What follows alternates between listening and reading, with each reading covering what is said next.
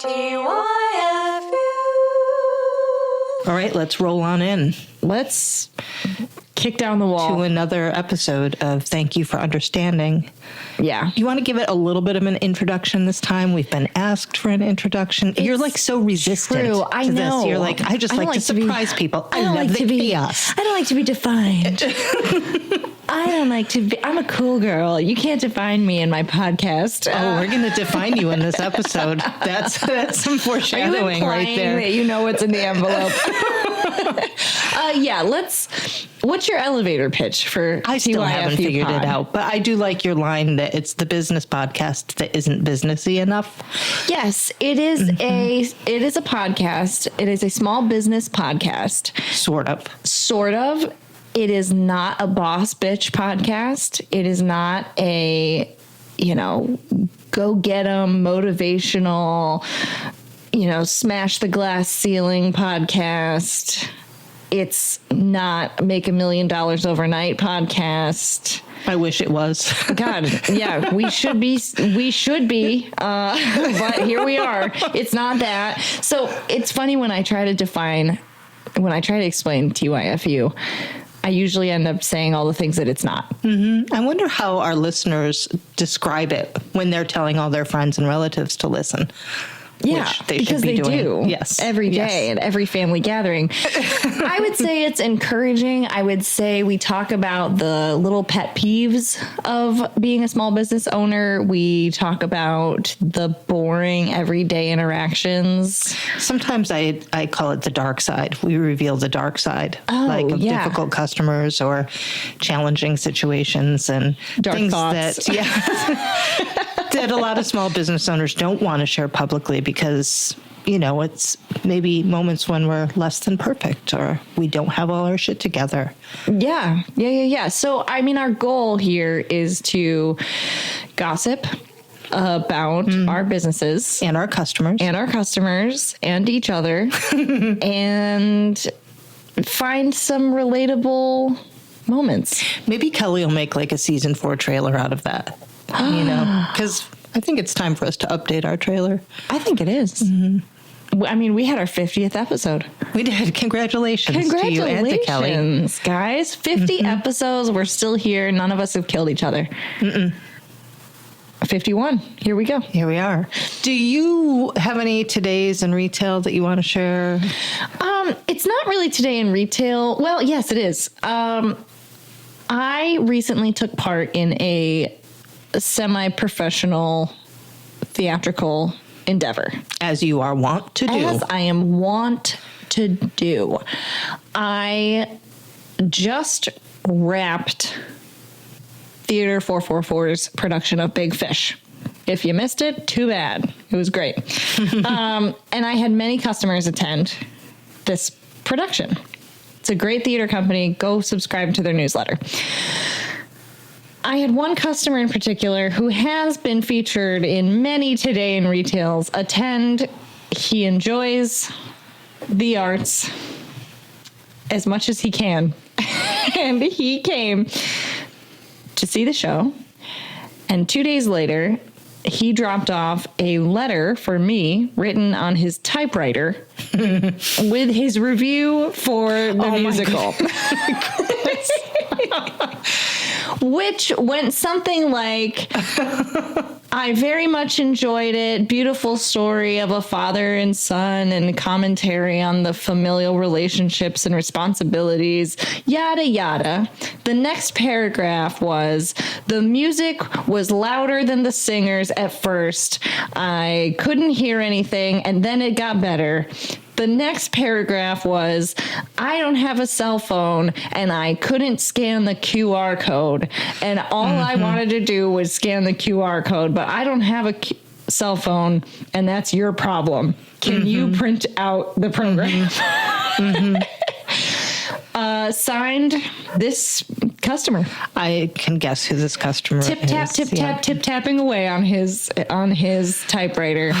The one redeeming quality of this guy is that he came in 2 days later when I was there, and I get to harass him about that kind of behavior. I get to say, how long did it take you to typewrite this to me and tell me all the things you didn't like with the tiny little things you did. And he also brought me some plums. As he is wont to do. Mm-hmm. So yeah, no hard feelings, but definitely just a quirky today in retail kind of guy. He is a sweet man, and which is bizarre. It's so strange because he's not. Oftentimes he's just he's abrasive, but he's sweet. But he's got somehow he's got a good heart. Mm-hmm, mm-hmm. So that was my recent scuffle with our shared customer. Well, congratulations on finishing the show. It was very popular in town. I heard a lot of good things about it. We made it. Uh-huh. We made it. Didn't go. Yeah, I know. Yeah. You wouldn't know. It's fine. I'll get you the next time. I think we have an understanding about that, but yeah, I don't know. There wasn't enough blood and guts in this one for you, Beth. It just wasn't there. Okay, well, let's see. I have 2 Todays in Retail. 2? As you know from listening to TYFU. I don't listen to this podcast. I've had a busy time lately. Yes. Right? I am worn pretty thin. Juggling everything at once. Right. Had some rearranging, had some expanding, had some real life, spent quite a while in the dentist chair this past week. Dental work? Yes. Did another college tour with my kid. Oh my goodness. Did some school shopping. Like I'm stretched to the max. Yeah, which is always when we're at our best. Right. So I feel like maybe my patience, my equilibrium was a little off. I'm envisioning the smallest string on a guitar. I had a shopper come in, hadn't seen him before. I don't know if this happens in your line of work, Marilla, but in my line of work, sometimes customers like to test me by throwing out an author to ask me, do I have it? Have I ever heard of it? Have you ever heard of this guy? Yeah. So they'll be like, well, do you have any Lord Byron? Yeah. Give me a hard one. Give me a hard one. Give me a hard one. Like when I come in, do you have any James Harriet? Yeah. So say this guy asked me for Lord Byron and I say yes, and I hustle over to the poetry section and I show it where it is. And look at all this Byron. And he's like, okay, but do you have any Emerson? Oh, so then we have to hustle over to the other side of the store. He's not buying anything. He just likes to see me scrambling. Yeah. So we did this a bunch of times, and we're going from one corner of the store to another. He doesn't even really pick up the book and look at it. He's just a time waster. He's finally getting bored of this little game. He's like, this is a pretty nice shop you got here. Oh, don't patronize me. Except do patronize me with your money. And I'm like, thank you. Is this your first time in? Yeah, and he proceeds to tell me about how he's never been in before, but he had some time to kill because he was out on a date with this woman and it didn't go well. So he was released from the date early. So he's killing some time. But she was garbage anyway. And he starts telling me about how garbage she is. That's his word. I'm not. Garbage. Garbage. I wonder if I've ever been described as garbage. I hope so. That's creative. That's not common. Garbage? Garbage. This woman was garbage? Yes. And he said I have a feeling this woman was not the garbage in question. Hard to say. But he goes on for quite a while about how they met, what their interactions have been like so far, how he was so looking forward to this date, how the date was not what he expected it to be, how garbage she was. Garbage. And I'm trying to work. Right. And I feel really... Those are the moments where you're like, oh, I need to work. I have and you're like, so many things going on in the store. Yeah. And on one hand, you're like, I have so much I need to do. And then on the other hand, you're like, oh, wait, this is my job. Ugh. My job is garbage. So he goes on and on and on and on. And finally, I say, I'm really sorry that happened to you. That sounds Empathy, really we love. disappointing. Yeah. And he's like, I don't fucking care. Oh, I don't fucking care. You think I fucking care? Oh. Do I look like I fucking care? I bet and you I'm do. Like, oh, you're one of those people. Oh, you one do of those care. types of customers Yeah. who it asks for sympathy, but then once it's expressed, you feel somehow triggered or vulnerable or too Yeah. seen or too exposed, Too just naked. maybe weak or whatever. Yeah. You feel some kind of shame or whatever. And then you I'm flip. thinking, I'm not here for this. No. I am not BetterHelp, guy. Exactly. I'm just a person who's trying to sell you some Lord Byron. So what did you say? You were just like, oh, okay, well then you're good to Yeah, go. I guess you're Have a fine. good- Sorry. Yeah, you know? have a good rest of your day. But it didn't evolve very far from there because Ew. I was just like, You're like, you are a very sensitive man. No. let's talk some more about your Let's pain. talk some more about how much you don't care. I just removed myself from Yeah, it of because I course. feel like at this point, after, I don't know, 200 years in retail, Yeah. this type of person will come back again.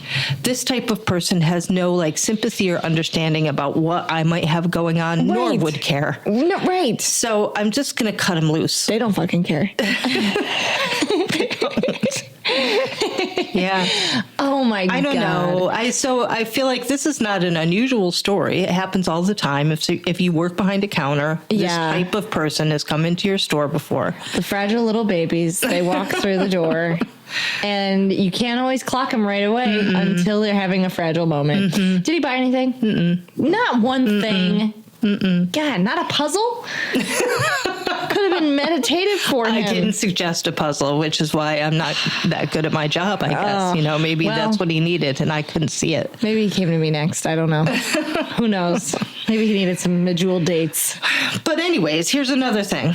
While I'm having this terrible, terrible week, a customer brought in a box of cookies because she listened to Thank You for Understanding, and she knew it was going to be a tough week in retail. God. So she baked a batch of cookies for Beth and crew and brought them to the store so that we'd all have these little treats while we were working While you our had a butts hard off. week. Yes. And that is the beauty of this podcast and our listeners. Right. And retail. sometimes in retail, yeah. Yeah. Sometimes customers really see you Yeah. in ways that you don't anticipate at all. And that's the great irony of this thing. Oh, that's really That's a beautiful. We're heart keeping warmer. both of those. We're keeping We're both keeping of both those those today in stories? retails. Okay. Yes. Oh, well, thanks to the cookie baker. That's so sweet. And thanks to everybody else who actually listens to this podcast and keeps tabs on us. Because we are losing our minds slowly every week. And you guys keep us sane. All right. Well, with that, are you ready to rip an envelope for today's I was episode? born ready to rip Okay. this envelope. Okay, it's definitely your turn. Definitely my turn. Yeah. I think you've been holding out on me. Okay. I have in front of me a piece of paper that has a prompt on it. Personality type. Why don't you decode that, Beth? Well, I think on the podcast, in one way or another, on many different episodes, we have alluded to the fact that it takes a certain type of person to be a small business owner. That's true. We all agree on that. We do. Can confirm. Have we ever agreed on what that type is and whether or not we are that type? Yeah, have we defined it? Or we just stated it. Yeah. Yeah, many times. I don't think we have. I don't know that anybody has. I mean, But we all accept that it takes a certain kind of person. But what is that certain kind of person? right. We're here to find out. Yes.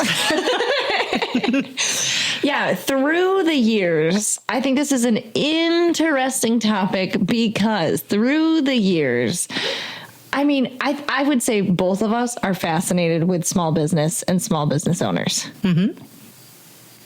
To a fault for me. Like, I cannot go anywhere to any business. Same. In any town without analyzing what they're doing right, what they should be doing if it was me, what I would be doing. I'm the same way. Or like I go into a place, small business or not small business sometimes. I go into a place and I evaluate like my interaction. What is the lighting like? What's the lighting like? What's the arrangement? Like how this person is vibing with me or other people. What are they wearing? What's the little ding dong bell when I walk in? How is the merchandise arranged on the shelf? And all of that stuff is so dependent what does on the menu look like? Personality. But like to me, small businesses are like oysters, and you go through and you open some and some are duds. Like you walk in and you're like, I don't like this at all. This is not my vibe. Nothing here. And then there's others that are absolute pearls, but every pearl is different. Yes. You know? Point being, it takes all kinds, I think. Yes. The end of the episode. No, I think it's really fascinating what walking into a small business tells you about its owner. If you're looking, you can tell a lot about the owner from just little things. Little things. You know, we'll get into the more serious stuff, but today we've done a 5-star review for them before, Padula's liquor. Yes. Here in Geneva, New York. Stop in if you're driving through. I was over in that plaza today running some errands, and I noticed that they have the most beautiful planters. Oh, they sure do. Oh my God, the Stunning. plants at this storefront. You would walk in thinking you were going to go get some like succulents and some pothos. Or you're at a spa. You're about to lay down and have a nice massage. It's so beautiful. With whiskey. Their plants are so beautiful. I just in my mind don't think, oh, there's a liquor store. Right. and so, but you walk in and you're like, okay, this is a liquor store, and someone here really loves plants and has a green thumb and just absolutely loves bringing that to this space full of natural light and wine. Yes, but the thing that it does too is it sets a tone. It sets a tone of like abundance and generosity and care and beauty. Right.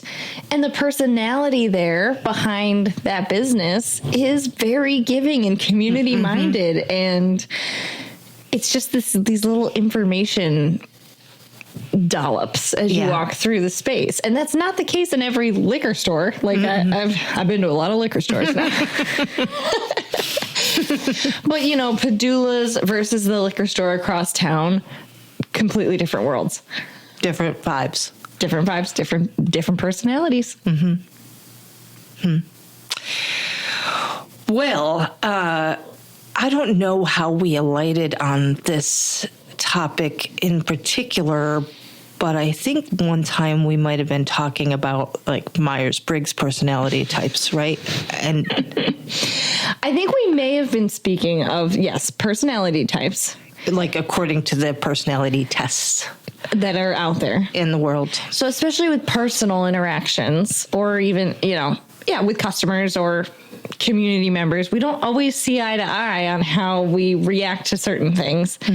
And I believe it has come up from time to time that we must be two different personality types entirely. Well, for instance, it comes up on the podcast quite often that I will be up all night thinking about something, and you're like, I never lose any sleep over anything. Drooling, asleep.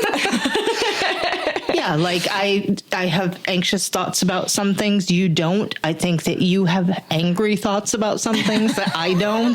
Like we're different people. Yes. And yet, you and me, dare I say it, because I hate to get mushy on the podcast, and we hate it. No, we hate to do it. We agree on that. Yeah. Sometimes there are things that happen that I know only you will get. Right. You know, like, and also all of our listeners. But Of course. Get in here, guys. But sometimes I'm like, oh my God, I can't wait to tell Marilla this, Yes. because you're going to understand a nuance of a situation, or you're going to like just be able to cut through the many layers and just be like, have the same clarity about Yes. it that I do. And it's fascinating that we are such different personality types, but Right. have that connection. Is it because we're business owners? Is it because we have overlapping personality traits? What is that? And I think Well- that's how this all came up. I think long story long. And are those overlapping personality traits the traits that make us both business owners? Let's find out. Okay. So, I love this topic. okay, So me who too. goes first? Well, How do you want to do I'll this? give you a little background. I love a Myers-Briggs. Oh yeah, this also is part of what made this topic interesting. Is you love a Myers-Briggs, and you through the years have been like, well, what are you, Marilla? And I have no idea. Absolutely no clue. I look at it. I might take a test because I love a little quiz, and I might do it. It's like the back of the Cosmo. It's like the back of the Cosmo, and I'll do it, and I'll be like, "Oh, that's what I am," and then I forget in 5 seconds. I'll look and see what's my love language. Forget in 5 seconds. What's like? I don't hang on to it at all. And then you could rattle off your personality And type. that of many of my friends and family and members. many of your Yeah. friends. Because unlike astrology, Okay. Oh, which wow. We're about to sometimes- get some hate. Sometimes this feels so the same. Like We are about to get some haters. the Myers-Briggs letters and astrology, sometimes they seem so, both of them can, I'm going to say it, you guys, silly. They can seem silly. I say it with your chest. As the However, kids say. I don't necessarily think that they're silly if they're, especially the personality type. I think it's rooted in some testing in psychology and Right. some like real life. It's not like some guy was just scratching his butt one day and And like, I'm going to just, make some I'm 16 gonna personality Put types. this on the back of the Cosmo. See how it can screw up people and their career choices. So that's something I would do. parenting. Yeah. But it's not something you would do. No. No, I think there was some thought that went into that, as well as the astrology. As well as the astrology. Yes. Because you can take astrology pretty seriously, and some people do. Oh, people do. Yeah. And no shade. If that's what guides no. you, follow that star. Because I've had some moments like that too. Like, it just seems a little spooky, but okay. Yeah. Go with it. And if your religion is astrology, great. If your religion is the Myers-Briggs personality test, Then call Beth. why don't you share, though, based on this online quiz that you just did, Yeah. what your letters were? God, I'm panicking because I already forgot. I wrote it down, for Thank God's sake, Marilla. ESTP. ESTP. And when I pressed the Get My Results button on what I thought was a free test, but actually cost me $1, it said ESTP. Entrepreneur. And then Beth dug deeper and I didn't. Yeah, I dug a little bit deeper. I mean, in a way, though, that surface level results validated everything you think you know about yourself. Yeah, I felt like I won. Yeah. Did you feel seen? I don't know. I didn't read the description. I just All right. Well, I dug a little bit deeper Yeah. to try to figure out, I felt validated. what are your characteristics? I'm just reading top And this result is here. It says ESTP. TP. Top results for your personality Hit me, type. hit me. Military officer. Hell yeah. Athletic trainer. Trainer, but not an athlete. Right? Just telling other people what just they should bossing do. people around. All right. I'm not sure you should eat that. I wouldn't if I were you. Airline pilot. To me, these suggest like a great deal of Discipline.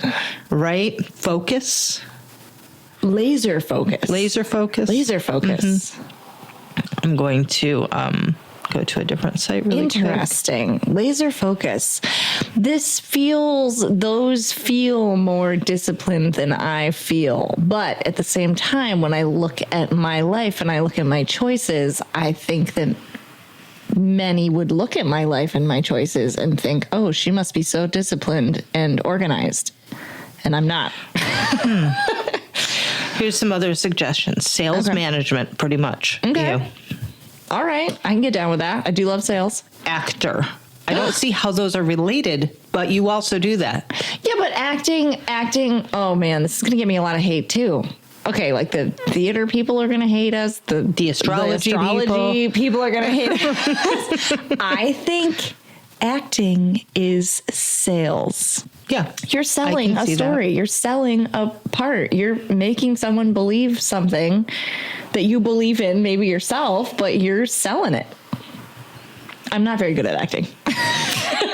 Disclaimer. Like the things that you're saying make me feel like I don't think you're a manipulative person. It's not. I think if you're good at sales, you're not manipulative. I think a bad salesman is a manipulative salesman. I think that's why the classic trope of a car salesman greasy is yucky and greasy because it's manipulative. But I don't think that is the mark of a good salesman. Another episode, we talk about sales tactics. Okay. Because I know we disagree on that. We do. So that'll be fun. Chef is on your list. I see a lot of these jobs chef. is sort of like they're just disciplined, they're organized, they're intense, they're focused. High intensity, which I do like. I do like quite often. I would say I could see that like quite often. People will say to me, customers, family members will be like, Marilla, how do you do it? Now, this is going to make me sound like an asshole. It's true, though. It's true. It's true. I will have people come in. We'll be talking about the store. We'll be talking about my band gigs. We'll be talking about the musical that I'm also doing. We'll be talking about the podcast that I'm about to go to and record. And then I'm gonna go see my family. I love all those things. I do all of those things at once sometimes. And I think sometimes people think this woman is in crisis. Like she can't be alone with herself, which is not true. And they think, how do you fit it all in? Do you ever relax? I have people say to me, but I love it. And I think I love it because I have that personality trait that enjoys and, might I dare to say, thrives in high intensity. High intensity is a better way to put it, I guess, than high stress because I don't always feel stressed. Stressed with it. Right. There are times, of course. It'd be stressful for other people, but it's not necessarily stressful for you. Yeah. My husband and I are a great example of that. Sometimes we'll joke because I'll have 5 errands I need to run in 30 minutes. And I'll be like, oh, yeah. I got to be there in 30 minutes. I can do all these things. And Joe will have one thing that he needs to do in 2 hours. And he'll be like, I can't do that. I have one thing I have to do. And we laugh about it mostly. But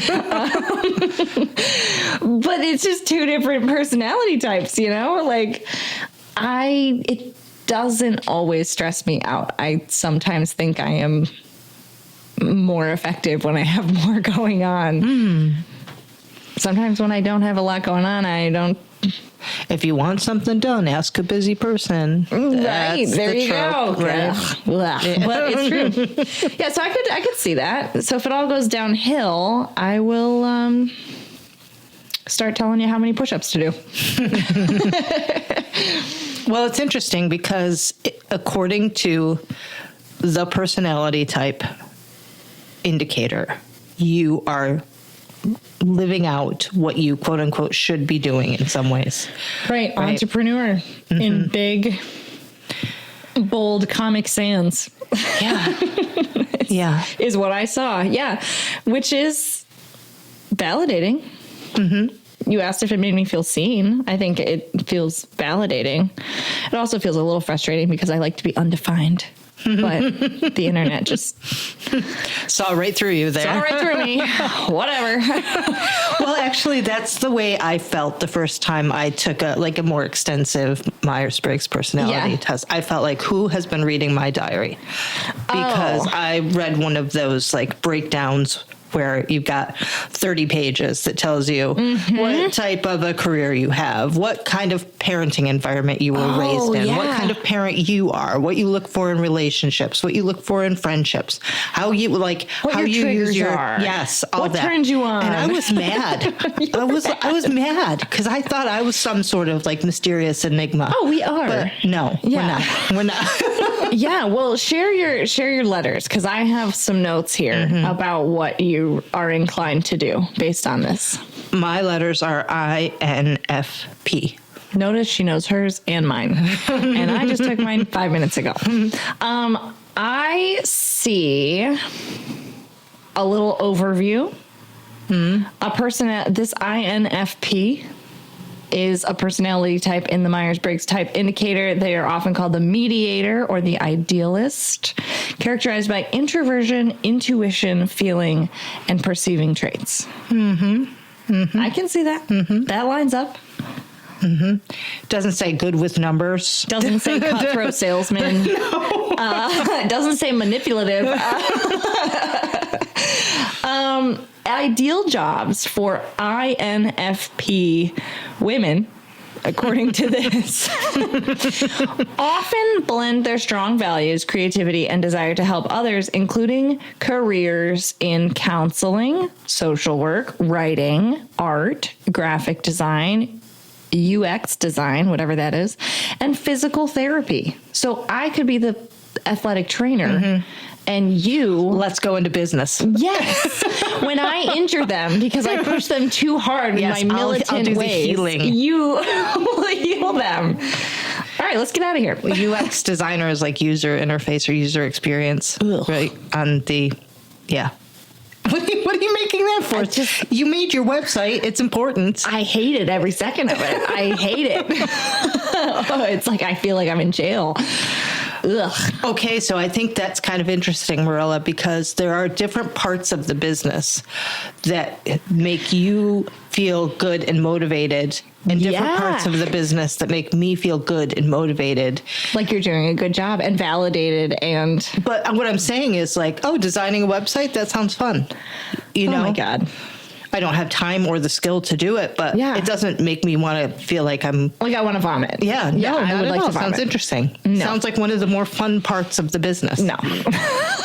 Yeah, no, I think we're getting close to hitting the nail on the head. We're not yet. We're just smacking the hammer right now, but we're getting, miss. but we're getting closer. I mean, I think we have to start with acknowledging that when we say small business, it could be any number of employees, right? Do we need to up roll to this 500? back? Yeah, Let's roll it back to yeah. micro business. Micro business. Yeah, So let's keep it say micro. micro business is going to be 10 or less, right?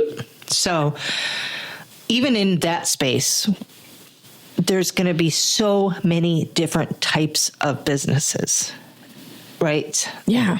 Like the sea of micro business is vast.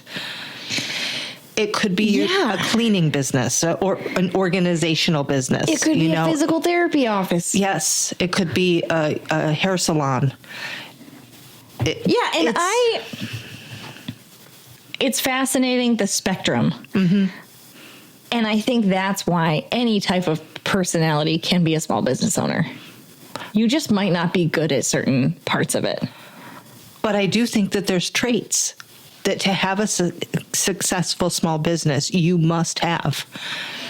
So I like this. We are going to make an online quiz.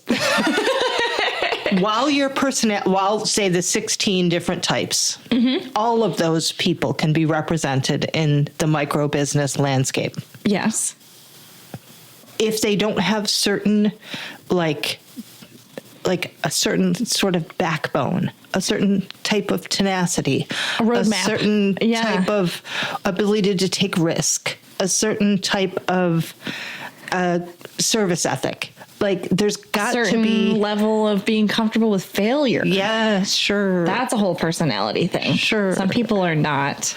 I mean, you have been very candid about feeling, nobody wants to deal with failure, but I think that depending on your personality trait and how empathetic you are or how hard you are on yourself, that translates failure differently for each person. And small business ownership is a ton of failure.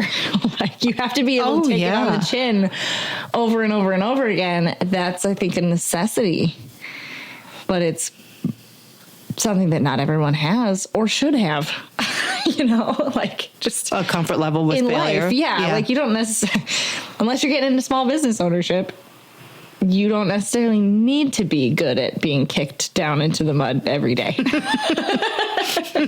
You could be a pilot instead. All right. So from here, do you want to explore what it is that might be necessary to, I don't want to say succeed or fail in small business, but to stay in that space for an extended period of time? Because I think also a lot of people start businesses and they're gone in 6 months or they're gone in 3 years. Like, what is it that is about, does the person have who manages to weather the storm? To be in business for 40 years, to be in business for 100 years. 5, for God's sake. Most of them fail within 5. I literally was just saying to my husband that, when we just celebrated 6 years. Congratulations, Marilla. Thank you.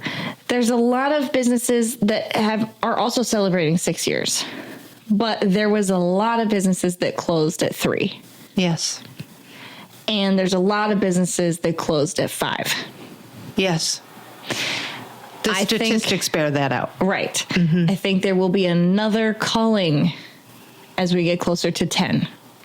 Like you see some businesses just fall, and not always from like inability to like make sales. Sometimes it's not always like, oh, I can't hack it, I can't make sales, the market's not there. Sometimes it's just like, I've been doing this for 10 years. That feels like a good round number. I am now done. Mm-hmm. I'm now moving on. But yeah, let's define what makes you want to keep going for a 20. I mean, you're at 15, 16, 15? Ish. With Stomping Grounds. And I had a different bookstore before that. So for you, just personally, you're on 25? 25, yeah. What makes you... Well, to back up a little bit and kind of support your point that you were making about businesses closing, businesses that started around the same time you did, kind of dropping out. I'm amazed and I wonder at the businesses that I've outlived. Because I never would have thought that Stomping Grounds had more viability or staying power than some of these other businesses that I've seen close. I sometimes, we talked about this in a recent episode when we were talking about competition. Yeah. It's like sometimes you look at your competition, quote unquote competition, and you're like, man, they have it all together. They're doing so well. They're doing so great. They're growing. They have a great staff. They have a great product. Yeah. And the next minute they're gone. Yeah. And you have to ask, like, what am I doing differently? And it's not always what am I doing right. It's just like, what am I doing differently? Yes, I guess I'm glad you said that, because I think that tends to sound like I didn't want what I said to sound like, oh, I'm just outliving all of these people. I'm so good at it. It's not that. It doesn't feel like that when you're a small business owner. It's like, ooh, what got them? Right. That could have gotten us at any moment, right? Is it just personality? Sometimes it's personality. Is it just personality? Is it life? So I say, let us move on to figuring out what the acronym is for the business owner. What the traits are. Well, I asked the internet just to get us started on some talking points. Okay. What are the character traits of a successful small business owner? Okay. And then it gave you a neat little AI summary. Yes, exactly right. I was like, oh, of course. Of course. AI knows everything. Thank you, Jeeves. One of the things they suggested was confidence. Okay, you're gonna have to scribble these because you have the list. Just start scribbling. Let's put a C. Okay. So do you agree that confidence is a necessary trait? No. Should I cross out the C? Well, I only say I my knee-jerk reaction was yes, but I also know a lot of self-doubting business owners. I think you're in the room with one right now. I wasn't going to say it. Yeah. So I don't know. I don't think you have to be innately confident, but I do think you have to be able to summon confidence. We'll keep it on there as a maybe. What do you think? I feel mixed about it too, Okay. because I think all of us would be lying if we said there weren't moments where in our micro businesses we suffered from self-doubt. Right. That comes up. Even I. But I think in order to, you must have some level of confidence even to launch the thing. Right. Right. You have to believe You in have it to. somehow, or it and yourself. Yep. The vision and your ability. Oh, look at us. So I would like to leave C on. I say we leave All it right. on. I say we leave it on.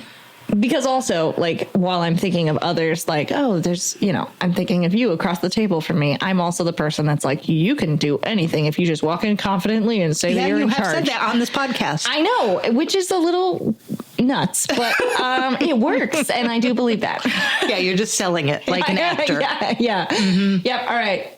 What's next? Passion. P. Passion. P for passion. If this ends up spelling CPAP, then we're going to get sued. All right. Passion. I agree, but I do not always feel passionate about my business. I think that it's, what is it when it's like kind of a fake, like a distraction? I think sometimes passion can be a distraction. Talk about it. I think that I know a lot of people who have started a small business because they're so passionate about something that they love. I'm passionate about ribbons, so I'm going to open a ribbon shop. Yeah. I don't know that you need passion to be a successful small business owner. I'm thinking of businesses that I would maybe deem boring for myself. Like, I'm thinking of your parents' business. Are they passionate about toilet scrubbing? Right, that's what I mean. I don't know that passion is a necessity. I think that's a little bit of a distraction and a little bit, I can't think of the word, of a misconception about successful business. But yeah, I think it's a little bit of like a decoy, actually. It can be misleading. Yeah. I'm going to scribble off passion. I don't think that. Right. I don't think that that's necessary. Take that, AI. And the CPAP people can Relax. sit back down. Yeah. Lay back down. Yeah. And I think that it can be a trap in some senses, because you can be as passionate about ribbons as you could ever want to be. You could be the most passionate ribbon person in the world. It doesn't mean that you should open a small business that sells only ribbons. Mm-hmm. Or that just because you have a successful small ribbon business that you're passionate about ribbons. Right. I don't think that's necessary. I agree. Okay. Bye-bye. Cross it off. Yuck. No. Ew. Okay. Decisiveness. D. Decisiveness. Oh, I do think that you have to, kind of like confidence, be able to summon it. Yes. Okay. How about that? Yes. You have to have it somewhere in you, but you don't have to be the person on the block that it's like, that's the most decisive lady I know. I don't know if I have talked about this on the podcast before. Of course, forgive me if I have. Forgiven already. But I think somewhere in my personality type studying over the years, I read something about there being two different types of people insofar as some people are more comfortable before a decision is made. Okay. And other people are more comfortable after a decision is made. Okay. And yeah, this rings a bell. Always a more comfortable before the decision is made type person, because at that point I still haven't made the mistake that I'm bound to make, right? Yeah. Every option is still available to me, and that's a very comfortable space for me, swimming in all the possibilities. Right. And once you make a decision, you're like, okay, that's the decision, and that feels hard for me. That's not to say I won't make a decision. I have to. You have to, right. And sometimes I don't like that part of it. Yeah. Like the actual pulling of the trigger. Yeah. But I have to, and The I do. aiming is fun, but the pulling of the trigger. The aiming at you, the aiming at you, the aiming at you. Yeah, yeah, I would say I totally relate to that, but I think that I err more on the more comfortable after it's done, and I have the job to do. I say all the time, I think, again, forgive me, I think I've said it before here, I could make the decision to get married and move to another country in 10 minutes. Good God, Marilla. I could do that in 10 minutes. But if I have to decide what curtains I'm going to put in my living we room. have talked about this, yes. I still haven't gotten curtains, and we've been in our place for a year and a half. I don't know what that is, but in small business land, I think it helps me because I can make the decision to open a second location. I can make the decision to bring in a new product line. I can make big decisions in the business pretty quickly. This is why your personality type wasn't just yes, entrepreneur. It was also yes for police officer. It was yes for airline pilot. Quick decision. Because yeah, those when really the engine goes out, yes. you know, when the engine goes out, you got to be comfortable making a big decision. Right? Yeah. Exactly right. Right. Or when is something use of deadly force or not? You know, I would much rather choose curtains. Right. For your house, invite me over. I'll do it tomorrow. Please. Right? Right. And that's what's so interesting about you and I. We're both, dare I say, successful, knock on wood, business owners. Let's knock on wood. Yeah. Successful business owners. So far. But you're picking the curtains, and I'm picking the country that we're running away to. It's two different strengths, but both are decisive. Okay. Yes. In their own way. Yes. We got to bring this back. Reel it in. It's a D. It's a D. For D. C, yeah. D. We can rearrange these to make them cute and spell something crazy. What else did AI tell you? Self-disciplined. Ooh, fail immediately. I immediately fail. What? I think I'm not. No. I don't accept that's what that everybody about thinks. That's what everybody thinks. How are you jerking off? You're not. Well, let me tell you. It's a different episode altogether, but I can't wait for it. I feel like it's just the explanation to this is going to be hypocritical because I clearly do a bunch of things. I don't even know why it doesn't make sense, but like I am not the most self-disciplined person that I know, and I don't even think it's one of my strengths. I do things that I have to do because I have to do them, but I'm not good at structuring my time for myself. If I'm just alone in a room all day, like I float around and I do things that I like to do, but I don't necessarily like make a to-do list, block out my time. I am a Virgo that does not have a planner. I rarely ever fill anything in on a calendar. My calendar is still at April at my house. I make to-do lists every day. I block out my time every day. This is what I'm saying. My calendar is relevant and up to date. And I have a bunch of appointments written on it. and right. deadlines and all that kind of stuff. I can't imagine running a business without that. I know, Beth. And here I am. I have a business. I have a band. I have a podcast. I have all kinds of other obligations, and nothing is written down. I don't think that's possible. I think that's the first lie that you've told on this episode of the podcast. I'm trying to think of one thing that's written down. I have some staff birthdays in our Google Calendar. No, literally, it's been something I've been striving to be better at this year for my staff and my business's sake. And this is the first year, this is 6 years in, that I have made a shared Google Calendar for my staff. Good. Yeah. So anyway, I'm really self-disciplined. It's not that I want to call you a liar. Of course, I never would. Everybody but I does, feel though. like I don't know how it's possible to run a business without being really meticulous about time management. I just don't know how it's possible. I'm good at- Imagine how successful you could be if you what I would just think all the manage your time. No, I think that all the time. The year that I really click with a schedule and a planner and a calendar, it's going to be over for you bitches. Like world domination when I figure out how to use a calendar, and sync all my schedules, it's over. So we're not putting self-discipline down on the list of must-have traits for small business owners or micro business owners. With the caveat that I will make myself do whatever I need to do. Does that count? I think it counts for the next one that they've suggested. Well then give it a maybe on self-discipline.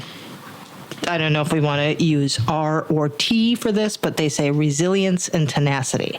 So I've got that in spades. Yes, you just said you'll make yourself do whatever you need to do. Yes. So maybe that's resilience and tenacity. I think that's what it is. I think that I lack self-discipline. Mm-hmm. But resilience and tenacity makes up for it. I literally, and I have to work 10 times harder because of that, because I don't have the self-discipline to just make a to-do list. I sometimes have to put myself through the ringer in the tenacity and the resilience department because I double book myself, or I don't take time for myself to relax or see someone that I care about. I think because I will be I need to be at work today because that's my responsibility. And I don't wallow in, oh my God, my life is so hard. I just do the thing. Well, I would just like to speak to resilience and tenacity because when I saw it, I thought that was the most important. I would argue the same. Of anything else on the list. I would argue the same. There's so much bullshit. And there's a relentless stream of problem solving that you have to do all the time. Mm-hmm. And if you don't have the capability of just putting your head down and pushing through. I agree. And I also think that is something that a counselor has in common with a airline pilot. You know what I mean? Sure. You are both of those jobs are something that you have to maintain just a level of tenacity and resilience. Before we move on from tenacity and resilience, I would just like to say we did allude to some dental work that you had done the other day, Jesus, yeah. and I believe you were at your store the same day, just doing a few things, because I believe you said to me the day after when you were at your store, a full day for work, and I said, "Why are you at your store after oral surgery?" And you said, well, who else is going to do it? What else could I do? I also said Gen X, bitch. Yeah, that's true. I left that one out. That's a point of pride for me. But you said, well, who else is going to do it? Where in reality, and I wasn't going to tell you this when you were feeling awful from having to be in the dental chair, when in reality, your store would have been fine. Your store would have been fine for that day, but you have the tenacity and resilience, and I see it too in myself that we just go and we're like, it's not that bad. We're fine. Yeah, that was dumb though. For the listener, I'd like to say I take a day. I was a wreck Thursday. Yeah. I almost took you out, dude. Yeah. I almost took you out, but I know the feeling, so I did it. You didn't take me out. Yeah. But I also think I might have been fighting off a cold or something. Like, otherwise, why would I be tired? So many. There had to be no so many reason that I would be pre-existing tired. conditions.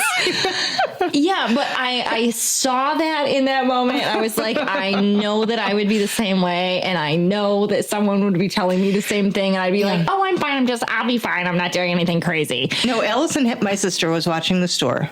I went and had this thing done. Then I toured a college. Oh my God, Beth. I know. And then I got back into town and I was like, oh, I'll just stop by the store and make sure everything's going okay. And then while I was there, I was like, Allison, can we just move?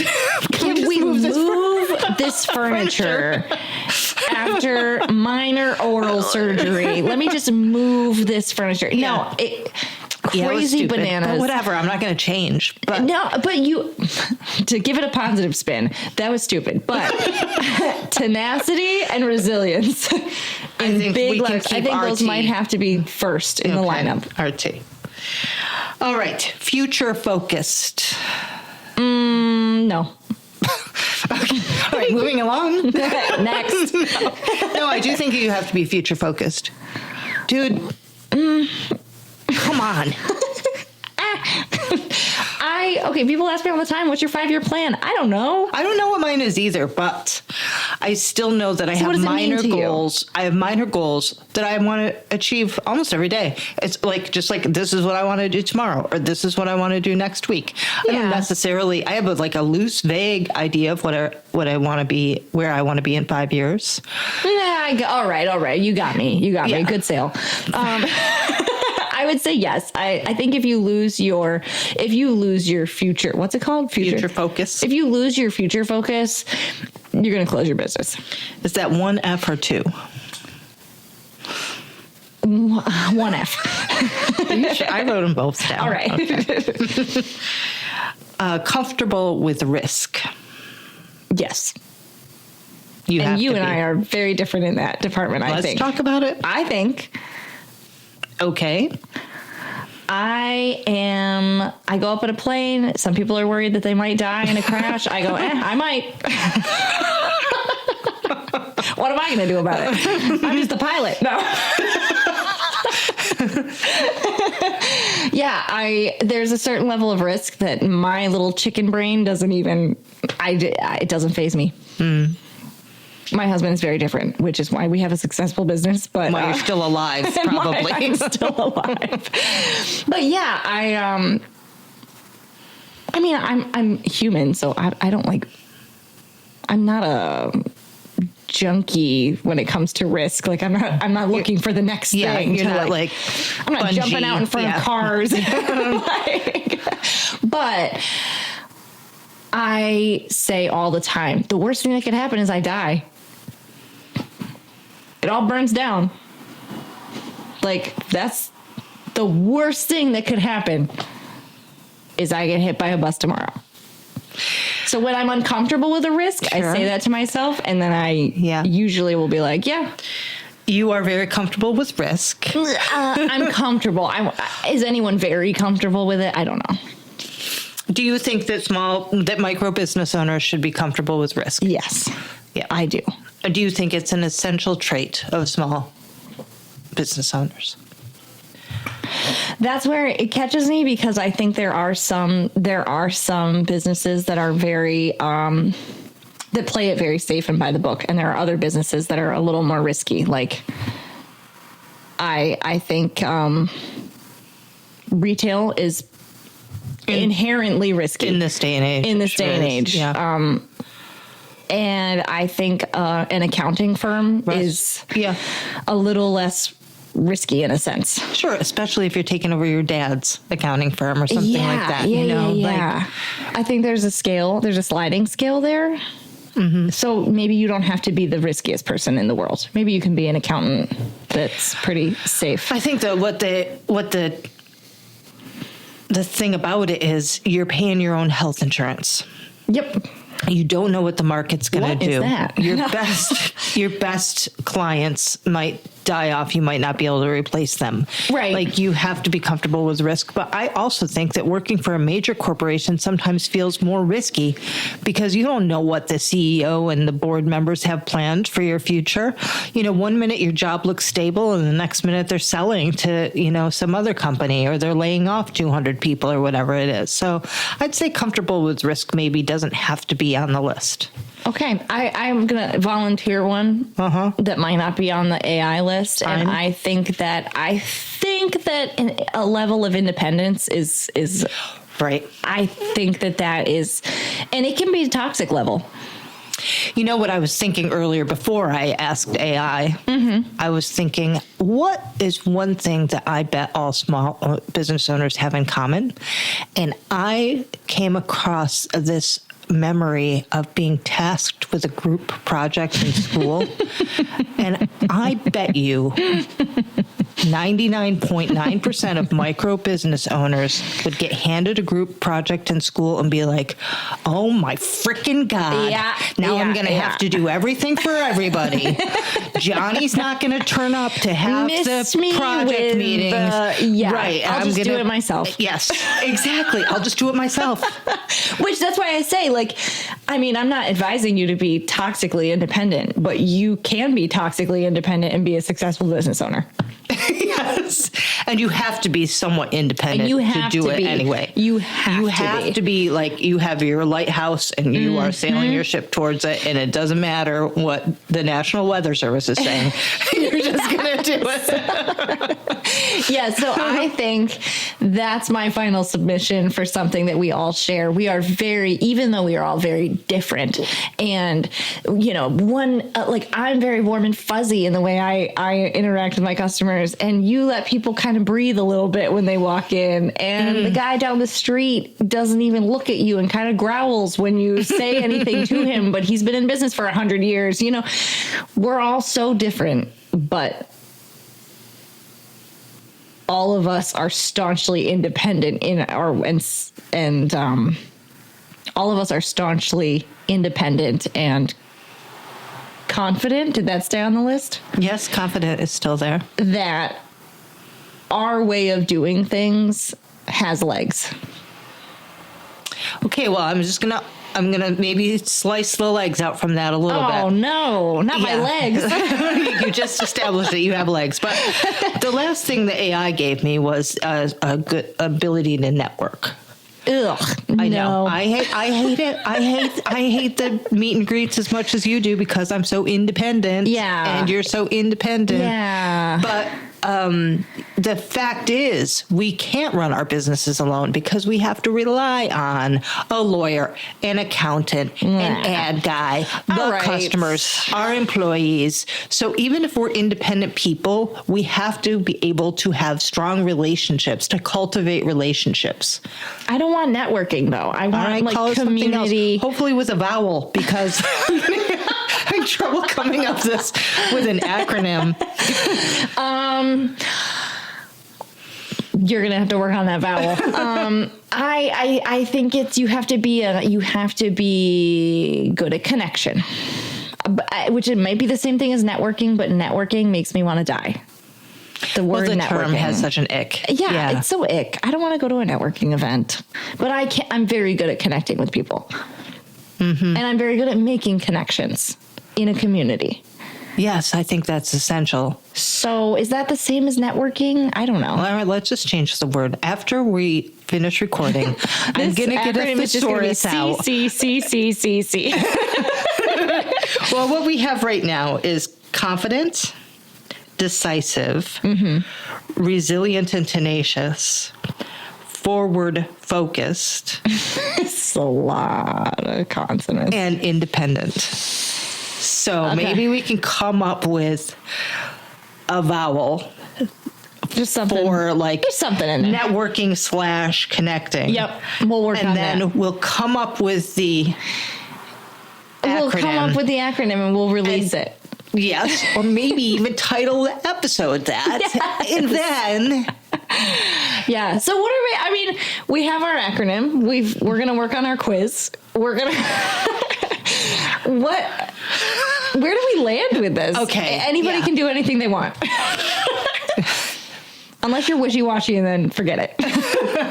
Well, I mean, you and I have sat here for a while now, trying to establish what we have in common. And Yeah. I will be interested to know from the listeners via their feedback what we've forgotten, what we've left out, and if they agree.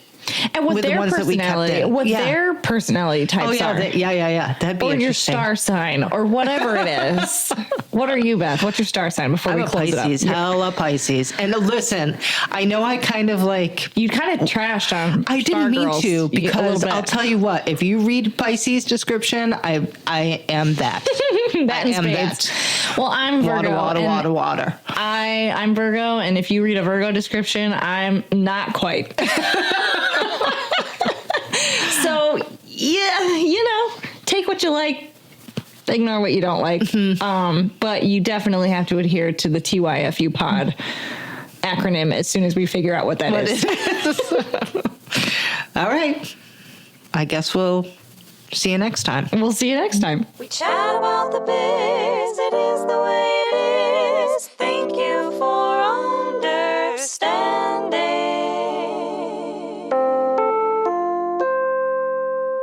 We sincerely thank you for understanding.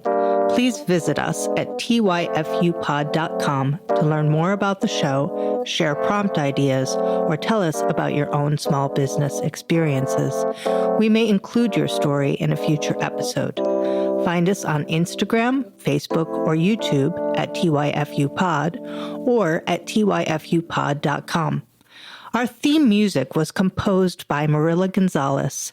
The show is produced by Kelly Walker. Too bad for Kelly Walker. What do you find pearls in? I'm blanking. Oysters?